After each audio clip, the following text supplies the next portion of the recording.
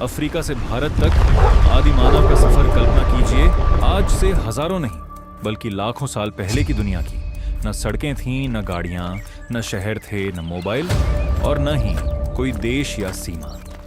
इंसान छोटे छोटे समूहों में प्रकृति के बीच रहता था। लेकिन एक सवाल आज भी बेहद रोमांचक है। आखिर इंसान अफ्रीका से निकलकर भारत तक कैसे पहुंचा?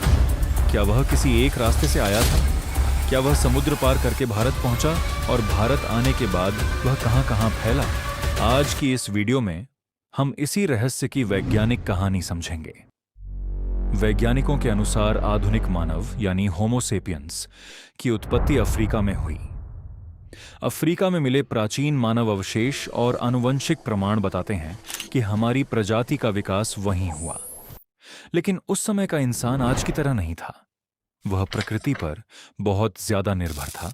वह शिकार करता था, जंगली फल और पौधे खाता था और पत्थरों से बनाए औजारों का इस्तेमाल करता था।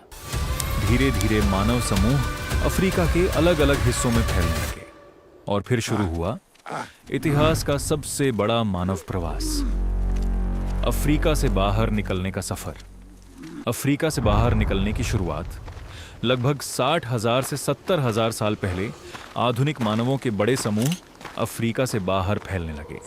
हालांकि इंसानों के अफ्रीका से बाहर निकलने की एक ही तारीख या एक ही घटना नहीं मानी जाती। संभव है कि अलग अलग समय पर मानव समूह अफ्रीका से बाहर निकले। इनमें से कुछ समूह आगे बढ़ते गए। वे नए इलाकों की तलाश करते थे जहां पानी मिले, खाना मिले और रहने के लिए सुरक्षित जगह मिले। उस समय जलवायु भी आज से अलग थी। समुद्र का स्तर कई बार आज से काफी कम था। इससे कुछ स्थानों पर अफ्रीका और एशिया के बीच यात्रा के रास्ते अपेक्षाकृत आसान हो सकते थे। ज्वार्गी तक भारत तक पहुंचने का संभावित रास्ता 5 बजे से 8 बजे। अब सबसे बड़ा सवाल, अफ्रीका से भारत कैसे पहुंचे? वैज्ञानिकों के अनुसार आधुनिक मानवों के शुरुआती प्रवास का एक महत्वपूर्ण रास्ता अफ्रीका से निकलकर अरब प्रायद्वीप की ओर और फिर दक्षिण एशिया की तरफ जाने वाला माना जाता है। एक संभावित मार्ग था अफ्रीका से अरब प्रायद्वीप से ईरान/दक्षिण एशिया से भारतीय उपमहाद्वीप।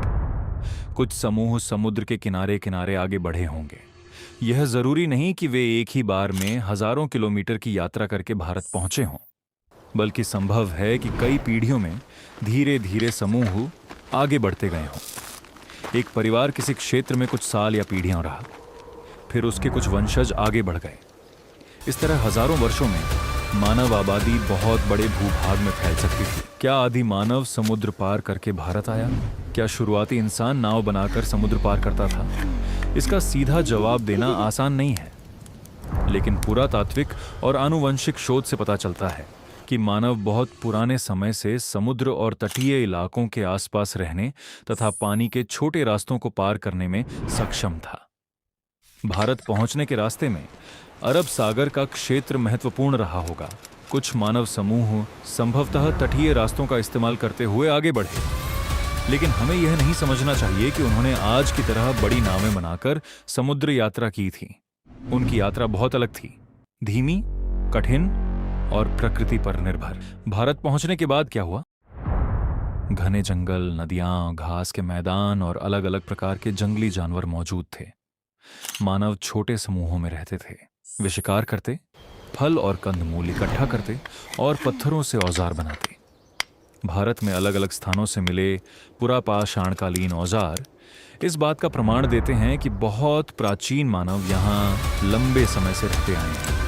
लेकिन यहाँ एक जरूरी बात है, हर प्राचीन पत्थर का औजार सीधे होमो सेपियंस से जोड़ देना सही नहीं है। भारत में मानव विकास की कहानी बहुत लंबी और जटिल है। उसने पत्थर को तोड़कर उसकी धार बनाई, किसी पत्थर को काटने के लिए इस्तेमाल किया, किसी औजार से लकड़ी काटी और किसी से शिकार या भोजन तैयार किया। इन्हीं पत्थर के औजारों ने वैज्ञानिकों को प्राचीन मानव के जीवन को समझने में मदद की। हमारे शरीर में मौजूद डीएनए हमारे पूर्वजों की कहानी का एक हिस्सा अपने अंदर रखता है। आधुनिक आनुवंशिक शोध से पता चलता है कि आज के गैर अफ्रीकी मानवों की बड़ी आबादी का एक महत्वपूर्ण हिस्सा उन प्राचीन मानव समूहों से जुड़ा है जो अफ्रीका से बाहर फैले। दक्षिण एशिया भी इस बड़े मानव प्रवास का हिस्सा था। लेकिन इसका मतलब यह नहीं है कि आज का हर भारतीय किसी एक प्राचीन व्यक्ति का सीधा वंशज है। अगली वीडियो में मिलते हैं एक और ऐसी कहानी के साथ।